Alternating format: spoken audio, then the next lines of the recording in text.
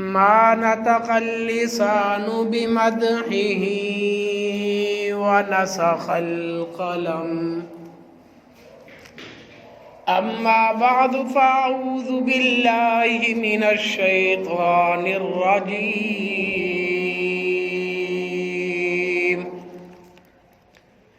بسم الله الرحمن الرحيم.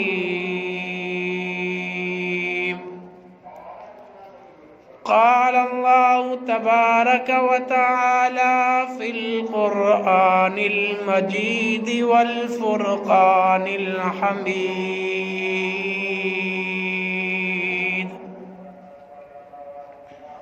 لقد رضي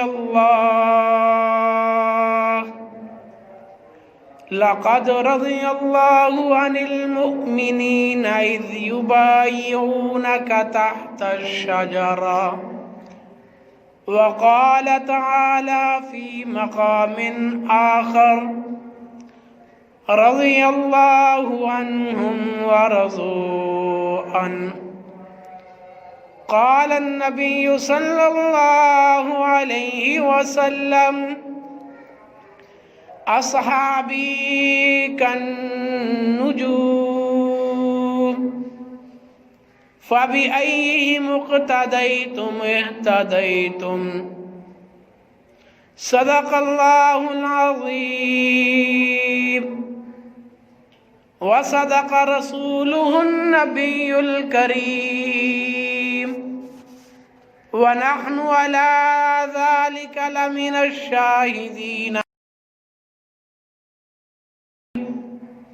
والحمد لله رب العالمين.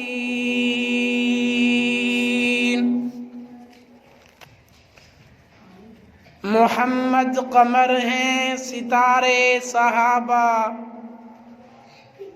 محمد قمر ہیں ستارے صحابہ، ہمیں جان و دل سے ہیں پیارے صحابہ. خدا کو ہے محبوب ان کی ادائیں، خدا کے ہیں محبوب سارے صحابہ.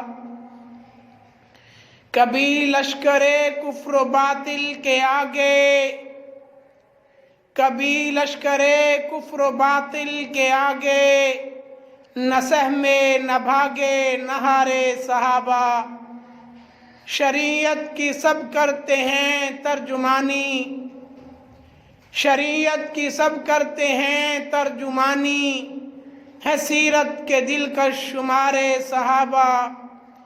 شریعت طریقت حقیقت ولایت ہے ہر فن کے جامع ہمارے صحابہ.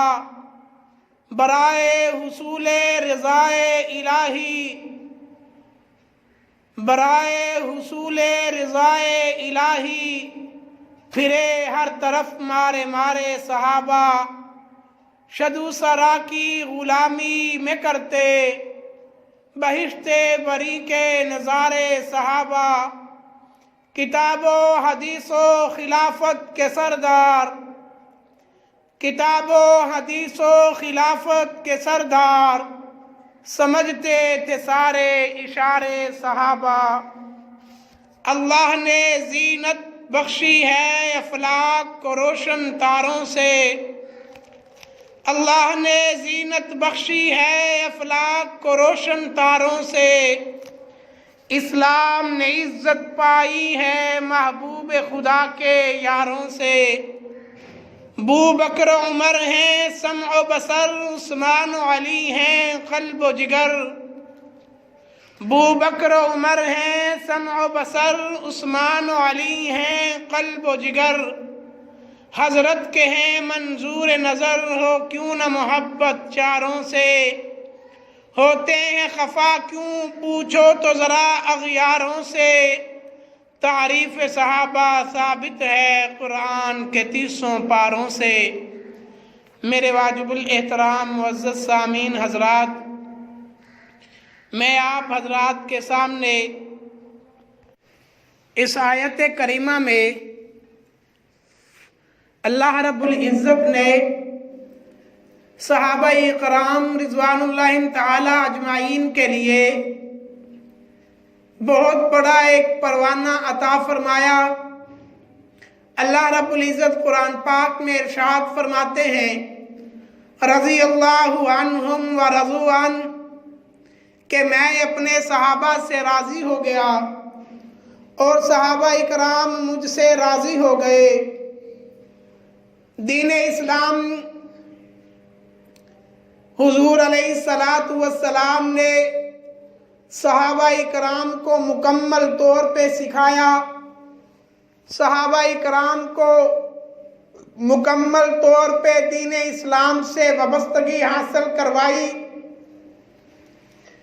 حضور علیہ السلام نے دین کا ہر باب، دین کا ہر شعبہ، دین کا ہر حصہ صحابہ اکرام رضوان اللہ تعالی اجمعین کو سکھایا۔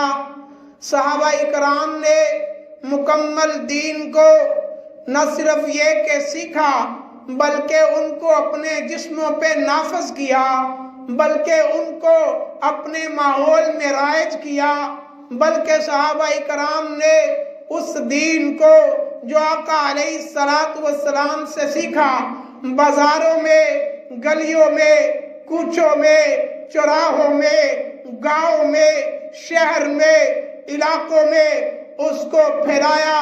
صحابہ اکرام نے جب یہ دین آقا علیہ السلام سے سیکھ لیا اور آقا علیہ السلام نے جب حجۃ الوداع کے موقع پہ صحابہ اکرام سے یہ الفاظ فرمائے تھے کہ حاضر لوگوں جو یہاں موجود ہو، غائبین تک اس دین کو پہنچانا تمہاری ذمہ داری ہے۔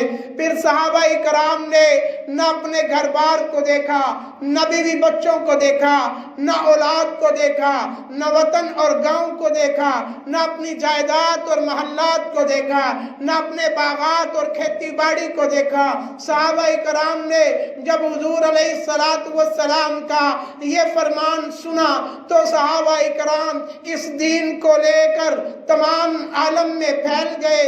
اس بات کی طرف آپ کی توجہ رہنی چاہیے کہ جب مدینہ منورہ میں مسجد نبوی میں ایک نماز پڑھتے ہیں تو 50,000 نمازوں کا ثواب ملتا ہے۔ حضور علیہ السلام نے بہت سارے فضائل شہر مدینہ منورہ کے بیان فرمائے۔ حضور علیہ السلام نے یہ بھی فرمایا کہ دجال جب اپنا فتنہ عام کرے گا، دجال ہر جگہ جائے گا، لیکن 3 جگہ ایسی ہیں جہاں دجال نہیں جا سکتا، وہاں کے لوگوں کو گمراہ نہیں کر سکتا۔ اس میں سے ایک جگہ مدینہ منورہ بھی تھا۔ حضور علیہ السلام کے یہ تمام فرامین صحابہ اکرام کے سامنے تھے۔ مسجد نبوی میں نماز پڑھنے کی اہمیت اور اس کا ثواب صحابہ اکرام کو یاد تھا۔ نماز پڑھنے کے جو آداب حضور علیہ السلام نے بتلائے وہ صحابہ اکرام اخذ فرما چکے تھے۔ حضور علیہ السلام نے مدینہ منورہ میں رہنے کے جو فضائل بیان فرمائے صحابہ اکرام نے وہ ازبر کر لیے تھے۔ ان سب کے باوجود آخر کیا وجہ تھی کہ صحابہ اکرام نے مدینہ منورہ جیسی پاکیزہ جگہ کو چھوڑا؟ آخر کیا بات تھی کہ صحابہ اکرام نے حضور علیہ السلام کے روضہ اقدس سے دوری پسند کی؟ آخر کیا بات تھی کہ صحابہ اکرام نے حضور علیہ السلام کے پڑوس کو چھوڑ کے تمام دنیا عالم میں پھیل گئے؟ چین میں گئے، بھارت میں گئے، افغانستان میں گئے، پنجگور میں گئے، تمام علاقوں میں جا کے صحابہ کرام آخر کس مقصد کے لیے، آخر کس مشن کے لیے، آخر کس کام کے لیے مدینہ منورہ جیسی پاکیزہ جگہ چھوڑتے ہیں، حضور علیہ السلام کا ساتھ چھوڑتے ہیں؟ تو یہ بات ذہن میں ہونی چاہیے۔ صحابہ کرام نے تمام فضائل کو مد نظر رکھتے ہوئے حضور علیہ السلام کا دوسرا فرمان جو آقا علیہ السلام السلام نے حجۃ الوداع کے موقع پہ فرمایا تھا، میرے صحابہ، اے حاضرین، اے مخاطبو، میں نے تم تک دین پہنچا دیا ہے، اب غائبین تک دین پہنچانا تمہاری ذمہ داری ہے۔ صحابہ کرام نے یہ الفاظ حضور اقدس صلی اللہ علیہ وسلم کی زبان مقدس سے سنے، پھر صحابہ کرام نے دنیا عالم کا رخ کیا اور تمام دنیا میں اسلام کو پھیلانے کے لیے نکل گئے۔ یہ صحابہ کرام کی ہم پہ بہت بڑی مہربانی ہے، یہ صحابہ کرام کا ہم پہ بہت بڑا احسان ہے، یہ صحابہ کرام کا ہم پہ بہت بڑا احسان ہے کہ صحابہ کرام دین لے کر نکلے، صحابہ کرام نے دین تمام دنیا عالم میں پھیلایا، ہر گوشے گوشے میں، چپے چپے میں، جہاں آج ہم اتنی ترقی کے باوجود، اتنا آرام دہ سفر ہونے کے باوجود اتنی دور جانے سے اکتاہٹ کا شکار ہو جاتے ہیں، بغیر کوئی ضروری کام کے اتنی دور سفر نہیں کرتے۔ صحابہ کرام کے زمانے میں تو نہ یہ سواریاں تھی، صحابہ کرام کے زمانے میں تو نہ ہی اتنی آرائش و آرام تھا، صحابہ کرام کے زمانے میں نہ تو اتنی مال و دولت تھی، اس کے باوجود صحابہ کرام مدینہ منورہ سے چلتے ہیں، صحابہ کرام عرب کی تپتی زمین سے چلتے ہیں، صحابہ کرام عرب کے تپتے صحراؤں سے نکلتے ہیں۔ کہاں مدینہ منورہ، کہاں عرب کی دھرتی، کہاں چین کا علاقہ، کہاں مدینہ منورہ، کہاں پاکستان کا علاقہ، کہاں مدینہ منورہ، کہاں افغانستان کے ریگستان، کہاں مدینہ منورہ کا علاقہ، اور کہاں صحابہ کرام دنیا کے دوسرے کونوں تک جاتے ہیں۔ آخر اس سب کے پیچھے وجہ کیا ہے؟ صحابہ کرام چاہتے تھے کہ جو دین آقا علیہ السلام پہ اترا، آقا علیہ السلام نے ہمیں سکھایا، اور آقا علیہ السلام نے ہماری ذمہ داری لگائی ہے کہ تمام دنیا عالم میں اس دین کو پھیلانا ہے، اس دین کو اجاگر کرنا ہے، اس دین کو غلبہ دلوانا ہے۔ بس اسی مقصد کے لیے صحابہ کرام نے اتنے لمبے لمبے سفر کیے۔ آج اگر صحابہ کرام کو درمیان سے نکالتے ہیں، اگر ہم یہ کہیں کہ صحابہ کرام کے بغیر دین ہم تک پہنچ جائے تو یہ ناممکن ہی نہیں بلکہ محال در محال ہے۔ کیوں؟ اس لیے کہ قرآن کو اترتے ہوئے دیکھنے والے صحابہ ہیں، قرآن کی عملی تفسیر صحابہ ہیں، قرآن کو سمجھنے والے، قرآن کے اولین مخاطب صحابہ ہیں، قرآن کو حضور علیہ السلام سے یاد کرنے والے صحابہ ہیں، قرآن کو حضور علیہ السلام کی زبان اقدس سے سننے والے صحابہ ہیں، قرآن پاک کو سمجھنے والے صحابہ ہیں، احادیث کو اپنے اندر ازبر کرنے والے صحابہ ہیں، احادیث کو مکمل طور پہ یاد کرنے والے صحابہ ہیں، دین کو مکمل طور پہ سیکھنے والے صحابہ ہیں، اسلام کو اپنے اوپر نافذ کرنے والے صحابہ ہیں۔ اگر ہم صحابہ کرام کو دین سے نکالتے ہیں، اگر ہم یہ کہیں کہ صحابہ کرام کے بنا دین ہم تک پہنچ جائے تو یہ ناممکن ہے۔ اگر صحابہ کرام کو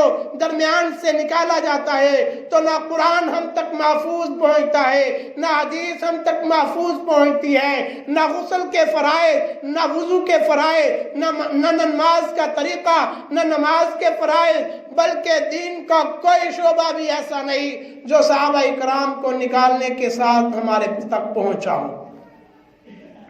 صحابہ کرام کا ہم پہ بہت بڑا احسان ہے۔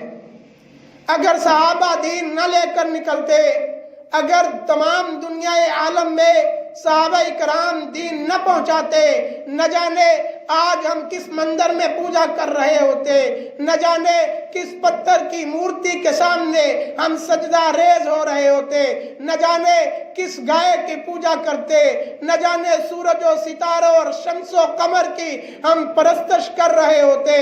آج ہم مسجد میں موجود ہیں، آج ہم نماز جمعہ کے لیے جو حاضر ہوئے ہیں، اس پر بھی صحابہ اکرام کا احسان ہے۔ صحابہ اکرام نے دین ہم تک پہنچایا، ہم مسلمان ہوئے اور آج ہم نماز جمعہ کے لیے یہاں موجود ہیں۔ ہمارے ایمان کے پیچھے، ہمارے آباء و اجداد کے ایمان کے پیچھے اگر کوئی ہاتھ کار فرما ہے، اگر کوئی شخصیات کی محنت ہے تو وہ صحابہ اکرام ہیں۔ ہمیں دین کا احساس نہیں، دین کی اہمیت کا اندازہ نہیں، دین کی قیمت کا اندازہ نہیں۔ کیوں؟ اس لیے کہ دین ہمیں ماں کی گود میں ملا ہے۔ جب ہماری پیدائش ہوئی تو مسلمانوں کے گھر میں پیدائش ہوتی ہے، آنکھ کھولتے ہیں تو مسلمانوں کا گھرانہ تھا، ہم جب سانس لیتے ہیں تو مسلمانوں کا گھرانہ تھا۔ پیدائش کے ساتھ ہی ہمیں تکبیر اور اذان کی آواز ہمارے کانوں میں گونجتی ہے، تو اس وجہ سے ہمیں دین کی اہمیت کا پتہ نہیں، دین کی قیمت کا پتہ نہیں، دین کی اس قدر شان و شوکت اور اہمیت کا ہمیں اندازہ نہیں۔ دین کی اہمیت پوچھنا چاہتے ہو، دین کی قیمت پوچھنا چاہتے ہو، دین کی اہمیت کا اندازہ لگانا چاہتے ہو تو پھر دیکھیے صحابہ کرام نے دین کو کس طرح حاصل کیا۔ صحابہ کرام نے اپنے جان و مال، صحابہ کرام نے اپنا وطن، اپنے بیوی بچے دین پر قربان کیا۔ اس دین کو حاصل کرنے کے لیے صحابہ کرام ہر جنگ میں کود پڑتے ہیں، انگاروں پہ چل پڑتے ہیں، انگاروں پہ لیٹ جاتے ہیں، دہکتے ہوئے بڑے بڑے تیل کے کڑاہوں میں صحابہ کرام کو ڈال دیا جاتا ہے، لیکن ان کو اس دین کی قیمت کا پتہ تھا، اس دین کی اہمیت کا پتہ تھا، اس دین کی شان و شوکت کا پتہ تھا۔ اس وجہ سے صحابہ کرام نے ہر طرح کی قربانی دی، ہر طرح کی تکالیف برداشت کی، ہر طرح کے مسائل اپنے اوپر جھیلے، لیکن دین سے ایک ذرہ برابر بھی پیچھے نہیں ہٹے۔ سیرت کی کتابیں کھولیے، سیر صحابہ کا مطالعہ کیجئے، صحابہ کرام کی زندگی کو پڑھیے، صحابہ کرام کے ایسے ایسے واقعات آپ کی نظروں سے گزریں گے کہ آپ کے رونگٹے کھڑے ہو جائیں گے کہ وہ کس طرح کی ہستیاں تھیں، ان کا ایمان کس قدر مضبوط تھا، ان کو اللہ رب العزت نے کیا ایمان کی طاقت دی تھی۔ اس قدر ظلم و تشدد کے باوجود، اس قدر مال و دولت کی لالچ ملنے کے باوجود صحابہ کرام دین سے نہیں ہٹتے۔ دور نہ جائیے، حضرت حذیفہ سہمی رضی اللہ تعالیٰ عنہ جلیل القدر صحابی ہیں، ان کو دیکھ لیجئے۔ حضرت عمر فاروق رضی اللہ تعالیٰ عنہ کے زمانے میں عیسائیوں سے جنگ ہو جاتی ہے، عیسائیوں سے جب جنگ ہوتی ہے، مسلمان عیسائیوں کے مقابلے میں آتے ہیں تو کچھ مسلمان گرفتار ہو جاتے ہیں۔ عیسائیوں کا جو بادشاہ ہے اس نے کہا جو قیدی گرفتار ہوئے ہیں ذرا ان کو میرے سامنے تو لائیے، ذرا میں دیکھوں تو صحیح یہ مٹھی بھر مسلمان ہیں، ان کے اندر کون سا ایسا جذبہ ہے، ان کے پاس کون سی ایسی طاقت ہے، ان کے پاس کون سی ایسی مشینری ہے، ان کے پاس کون سا ایسا اسلحہ ہے کہ یہ مٹھی بھر ہونے کے باوجود، یہ گنے چنے مسلمان ہونے کے باوجود بڑی بڑی طاقتوں سے لڑ پڑتے ہیں، بڑی بڑی طاقتوں سے ٹکر لے لیتے ہیں، لیکن یہ پیچھے نہیں ہٹتے۔ قیدیوں کو سامنے لایا گیا، اس عیسائی بادشاہ نے جب قیدیوں کو دیکھا تو سب سے پہلی جو اس کی نظر پڑی وہ حضرت حذیفہ سہمی رضی اللہ تعالیٰ عنہ پہ نظر پڑتی ہے۔ حضرت حذیفہ سہمی رضی اللہ تعالیٰ عنہ سے مخاطب ہو کر وہ عیسائی کہتا ہے، اے مسلمان تیری چڑھتی جوانی ہے، تجھ پہ شباب کا عروج ہے، تو کڑیل جوان ہے، حسن تجھ پہ بے شمار ہے، آج میں آپ کو ایک موقع دیتا ہوں، عیسائیت قبول کر لو، اسلام کو چھوڑ دو، میں تیری جان بخش دوں گا ورنہ میں تجھے آج ختم کر دوں گا۔ حضرت حذیفہ سہمی رضی اللہ تعالیٰ عنہ فرماتے ہیں اسلام ہمیں اتنا آسان نہیں ملا کہ ہم اتنی مختصر قلیل دنیا کے لیے، اتنی مختصر ترین زندگی کے لیے اسلام کو چھوڑ دے۔ اس نے کہا اگر اسلام چھوڑ دو گے، عیسائیت قبول کرو گے، میں تجھے آدھی بادشاہت دے دوں گا۔ حضرت حذیفہ سہمی رضی اللہ تعالیٰ عنہ فرماتے ہیں یہ تیری بھول ہے کہ ہم مسلمانوں کا اسلام اتنا کمزور نہیں، ہمارا اسلام اتنا کمزور نہیں کہ دنیا کی خاطر ہم اس اسلام کو چھوڑ دیں، آقا علیہ السلام کے دامن کو چھوڑ دے، وہ اس وحدانیت اور کلمے کی توحید کا اقرار نہ کرے، ایسا نہیں ہو سکتا۔ اس نے کہا میں تجھے بادشاہت بھی دوں گا، میں تجھے زندگی کا پروانہ بھی دوں گا، اپنی بیٹی سے تیری شادی بھی کرواؤں گا اگر تو عیسائیت قبول کرتا ہے۔ اگر تو عیسائیت قبول نہیں کرے گا میں تجھے آج اس دنیا سے ختم کر دوں گا، تیرا نام و نشان لینے والا کوئی نہیں رہے گا۔ حضرت حذیفہ سہمی رضی اللہ تعالیٰ عنہ فرماتے ہیں جو مرضی کر گزر، ہم نے دین محمد کا کلمہ پڑھا ہے، ہم نے آقا علیہ السلام کا دامن اتنا کچا نہیں پکڑا، ہمارا دین اتنا کمزور نہیں ہے، ہمارا ایمان اتنا کمزور نہیں ہے کہ دنیا کی زندگی کی خاطر، دنیا کی مال و دولت کی خاطر، دنیا کی حسن و شاداب کی خاطر ہم اس اسلام کو چھوڑ دیں، ایسا نہیں ہو سکتا۔ عیسائی بادشاہ نے کہا اچھا، اس نے حکم دیا، آگ کو بھڑکایا گیا، اس آگ کے اوپر گرم کڑاہوں کو رکھا گیا، اس میں تیل کو ڈالا گیا، جب تیل ابلنے لگا، جب آگ کو زیادہ بھڑکایا گیا، تیل ابلنے لگا، تو اس عیسائی بادشاہ نے یہ حکم دیا ان میں سے ایک قیدی کو لے لو اور اس کڑھائی کے اندر ڈال دو۔ جب اس صحابی کو کڑھائی کے اندر ڈالا گیا، سیکنڈوں میں اس کی ہڈیاں تک پس گئی، اور پھر جب عیسائی بادشاہ نے یہ دیکھا اور پھر حضرت حذیفہ سہمی رضی اللہ تعالیٰ عنہ سے مخاطب ہوا اور کہنے لگا ابھی بھی تیرے پاس موقع ہے، اپنی چڑھتی جوانی پہ رحم کھا، اپنے خوبصورت حسن و شاداب پہ رحم کھا، اپنی کڑیل جوانی کو محفوظ کر لے، بادشاہت بھی لے لے، مال و دولت بھی لے لے، زندگی مل جائے گی، ورنہ جو حال تیرے ساتھی کا ہوا تیرا بھی ایسے ہی ہو جائے گا۔ حضرت حذیفہ سہمی رضی اللہ تعالیٰ عنہ کسی حد بھی ماننے کے لیے جب تیار نہ ہوئے، اس عیسائی بادشاہ نے کہا تمام قیدیوں کو لے جایا جائے اور ایک ایک کر کے اس کڑھائی میں ڈال دیا جائے۔ جب حضرت حذیفہ سہمی رضی اللہ تعالیٰ عنہ اس کڑھائی کے پاس جاتے ہیں تو حضرت حذیفہ سہمی رضی اللہ تعالیٰ عنہ کی آنکھوں سے آنسو نکل پڑتے ہیں۔ عیسائی بادشاہ دور سے بیٹھا یہ منظر دیکھ رہا تھا، اس نے اپنے غلاموں کو حکم دیا ٹھہر جاؤ، اس نوجوان کو میرے پاس لے کر آؤ، اب یہ رونے لگ گیا ہے، لگتا ہے اس کے اندر کا ایمان ختم ہو گیا ہے، اب اس نے دنیا کی زندگی کو ترجیح دی ہے۔ اس نے کہا اس کو واپس لایا جائے۔ جب واپس لایا گیا اس نے کہا میں نے تجھے پہلے نہ کہا تھا کہ اپنی جوانی پہ رحم کھا، تجھے مال و دولت بھی دیتا تھا لیکن تب تو ماننے کے لیے تیار نہ ہوا، اب جب تو کڑھائی میں جلتا ہوا اپنے آپ کو دیکھتے ہو تو روتے کیوں ہو؟ حضرت حذیفہ سہمی رضی اللہ تعالیٰ عنہ نے جو جواب دیا، جو صحابہ حضرت حذیفہ سہمی رضی اللہ تعالیٰ عنہ نے اس کو اس کا جواب دیا تو یہ ہمارے لیے ایک بہت بڑا سبق ہے۔ حضرت حذیفہ سہمی رضی اللہ تعالیٰ عنہ کو اس نے کہا چلو عیسائیت قبول کرو۔ حضرت حذیفہ سہمی رضی اللہ تعالیٰ عنہ فرماتے ہیں عیسائیت تو میں کبھی بھی قبول نہ کروں۔ اس نے کہا پھر روئے کیوں؟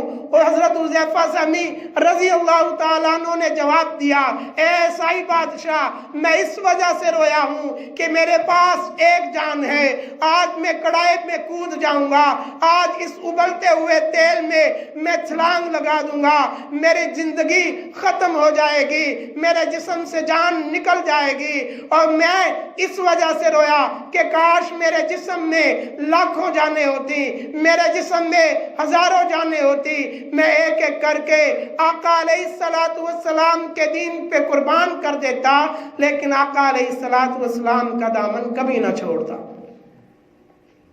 یہ صحابہ کرام نے اس قدر تکالیف اور مشکلات برداشت کی، لیکن ایمان کو نہیں چھوڑا، لیکن حضور علیہ الصلوۃ والسلام کے دامن کو نہیں چھوڑا۔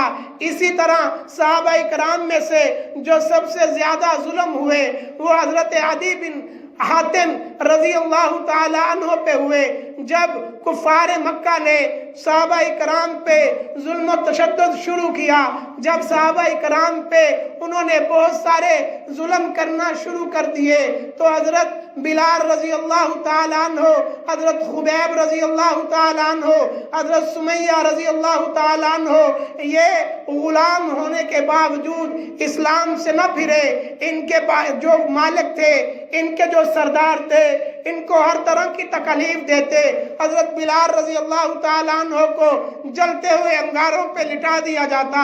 کبھی کسی سردار کی باری آتی، وہ حد درجے ان پہ ظلم کرتے، کبھی ان کو کوڑے لگائے جاتے، کبھی دھوپ میں ڈال دیا جاتا، کبھی تپتی ہوئی ریت پہ ان کو ڈال دیا جاتا، کبھی جلتے ہوئے انگاروں پہ ان کو ڈال کے ان کے اوپر ایک سخت پتھر رکھ دیا جاتا، یا تو اسلام سے ہٹ جائے یا پھر اسی حالت میں ان کی وفات ہو جائے۔ لیکن حضرت بلال حبشی رضی اللہ تعالیٰ عنہ اتنے ظلم و تشدد سہنے کے باوجود، اتنی تکالیف برداشت کرنے کے باوجود، اتنی مصائب سہنے کے باوجود بھی اللہ رب العزت کی وحدانیت کا اعلان کرتے تھے اور عہد پکارتے تھے کہ اللہ کے سوا کوئی معبود نہیں ہے۔ حضرت بلال رضی اللہ تعالیٰ عنہ بزبان حال ان کو یہ الفاظ فرماتے تھے کہ ظلم پہ ظلم سہ کے یہ بولے بلال کہ ظالمو یہ تمہارا غلط ہے خیال، دامن مصطفیٰ کو میں کیوں چھوڑ دوں، اتنا کمزور ایمان ہمارا نہیں۔ حضرت بلال رضی اللہ تعالیٰ عنہ نے اس قدر تکالیف اور مشکلات اور مصائب برداشت کیے، لیکن دین سے پیچھے نہیں ہٹے۔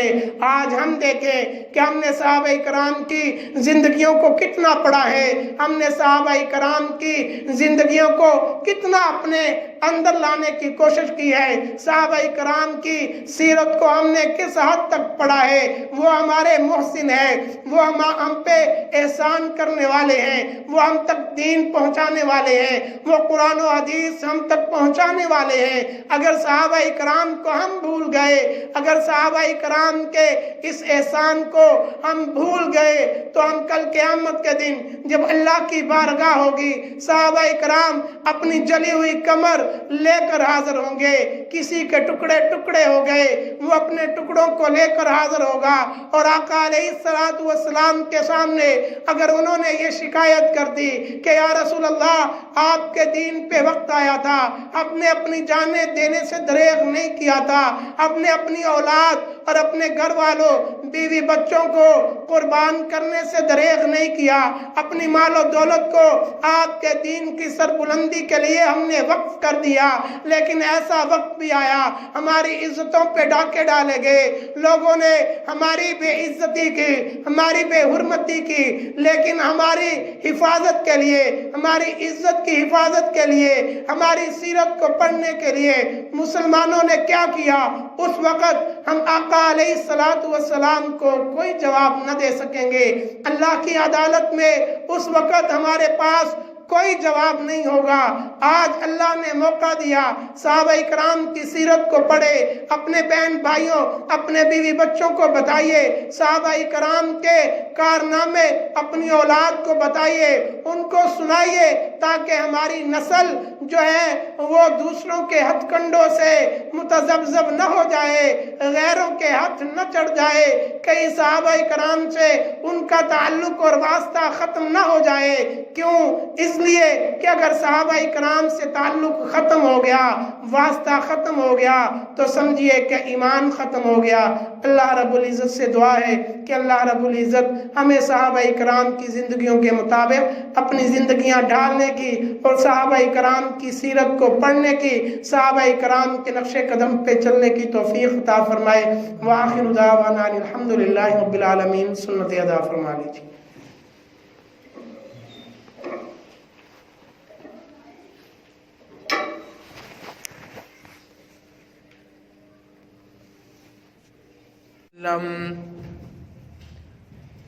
ما نطق اللسان بمدحه